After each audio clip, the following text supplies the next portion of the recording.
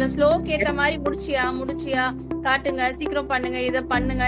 She appreciates as well as she note down all the errors and சொல்றாங்க. அவங்க இவனுக்கு ஏத்த மாதிரி அவன் ஸ்ட்ரிக்ட்டா இருக்காங்க. சோ அந்த மாதிரி இருந்தாதான் இவனுக்கு கரெக்டா இருக்கும். எல்லாமே நல்லா இருக்கு.